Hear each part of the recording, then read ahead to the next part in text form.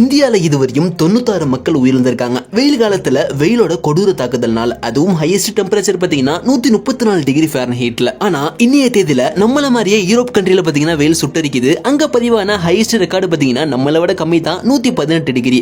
ஆனா அங்க உயிரிழந்த மக்கள் எவ்வளவு அப்படின்னு தெரியுமா? கிட்டத்தட்ட 61,000 பேருக்கு மேல உயிரிழந்திருக்காங்க. நம்ம ஊரை கம்பேர் பண்ணும் பொழுது ரொம்பவே கம்மியான வெயில் தான் யூரோப்ல அடிச்சிருக்கு. இப்படி இருக்கும் பொழுது ஏதோ சுனாமியும் நிலநடுக்கமும் ஏற்பட்ட மாதிரி யூரோப்ல 61,000 மக்கள் உயிரிழந்திருக்காங்க அப்படிங்கிறது நம்ம முடியல. யூரோப் மக்களுக்கு எதனால வெயில் காலத்துல அடிக்கிற வெயில் தாங்க முடியல? நம்ம ஊர்ல அடிக்கிற வெயில் பாத்தீங்கன்னா அங்க அடிச்சா என்ன நடக்கும்? நம்ம தமிழ்நாட்டிலையும் இந்தியாலையும் இந்த உலகத்திலையும் பதிவான அதிகபட்ச வெயில் எவ்வளவு அப்படின்னு தெரியுமா?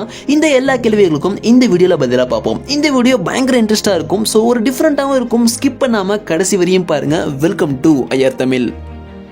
பொதுவா நம்ம ஊர்ல சொல்லுவாங்க, வெள்ளையா இருக்கிறவங்களுக்கு நோய்களை தாங்க முடியாது, கருப்பா இருக்கிறவங்களுக்கு நோய் கம்மியா தான் வரும். அதே மாதிரி வெள்ளையா இருக்கிறவங்களால வெயிலையும் தாங்க முடியாது அப்படின்னு சொல்லுவாங்க. அது உண்மை அப்படின்னு நிரூபிக்கிற விதமா பாத்தீங்கன்னா யூரோப் கண்ட்ரில பாத்தீங்கன்னா பல்லாயிரம் மக்கள் இன்னைக்கு வெயில் மூலமா உயிரிழந்திருக்காங்க. வெள்ளை அப்படின்னு சொன்ன உடனே நம்ம இந்தியால வெள்ளையா உள்ளவங்க கிடையாது. அவங்களும் பாத்தீங்கன்னா ஒரு வகையான கருப்பு நிறம் தான். வெயில் அதிகமா அலைஞ்சாங்க அப்படின்னா கண்டிப்பா உடல் கருத்து போகும். ஆனா யூரோப் கண்ட்ரில உள்ளவங்க அப்படி கிடையாதுங்க. அவங்களுடைய வெள்ளை பாத்தீங்கன்னா அது வேற விதமா இருக்கும். அவங்க என்னதான் வெயில் அலைஞ்சாலும் கொஞ்சம் கூட பாத்தீங்கன்னா உடல் கருத்தே போகாது. சொல்ல போனா மனித உடல் தோலுக்கு தேவையான ரொம்பவே முக்கியமான சத்து விட்டமின் டி. அப்படிப்பட்ட விட்டமின் டி யூரோப் மக்களுக்கு பாத்தீங்கன்னா ரொம்ப ரொம்ப கம்மியா தான் இருக்கும். அதனால தான் அவங்க நேரம் கிடைக்கும் போதெல்லாம் பாத்தீங்கன்னா மார்னிங் அண்ட் ஈவினிங் சன்லைட்ல உடம்ப காமிச்சிக்கிட்டே இருப்பாங்க. இதை வச்சு பார்க்கும் பொழுது யூரோப் கண்ட்ரி மக்கள் பாத்தீங்கன்னா மற்ற மக்களை ஒப்பிடும் பொழுது ரொம்பவே பலவீனமானவங்களா இருக்காங்க. அதுலயும் பாத்தீங்கன்னா பெண்கள் தான் ரொம்ப ரொம்ப வீக்கானவங்க அப்படின்னு சொல்லப்படுது.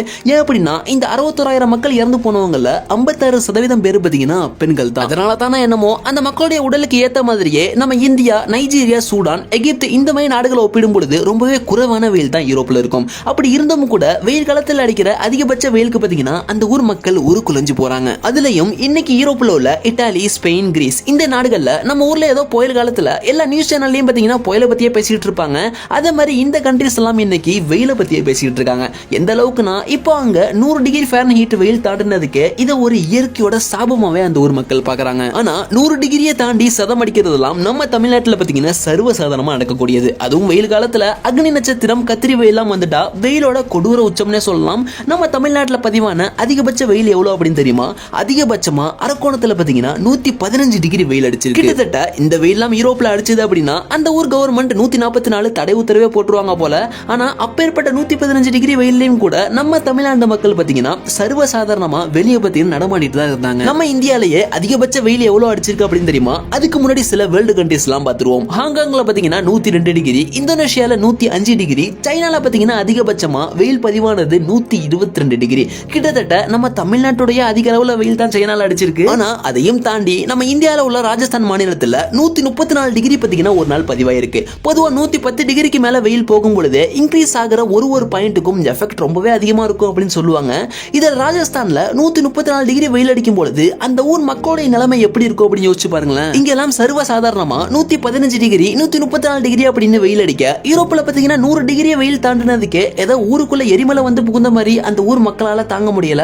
காரணம் அந்த ஊர் மக்களுடைய உடல்நிலை அப்படி. 98 மக்கள் பாத்தீங்கன்னா அதிக நேரம் ஏசியில உட்காந்து பழகுனவங்க. திடீர்னு வெயில் இப்படி அதிகமா அடிக்கவும் அவங்க உடல்நிலை பாத்தீங்கன்னா ஒத்துக்காம இன்னைக்கு வரையும் 61,000 மக்கள் பாத்தீங்கன்னா வெயில் மூலமாவே உயிரிழந்திருக்காங்க. இது வரையும் பரவாயில்ல. ஆனா இனி வரும் காலங்கள்ல வெயில் கண்டிப்பா அதிகமாக தான் போகுது. ஏன் அப்படின்னா இதுக்கு முன்னாடி ஹிஸ்டரி எடுத்து பார்த்தோம் அப்படின்னா ஒரு வருடமும் வெயில் அதிகமாகிட்டு தான் போகுதே தவிர கொஞ்சம் கூட குறைஞ்ச பாடில்ல.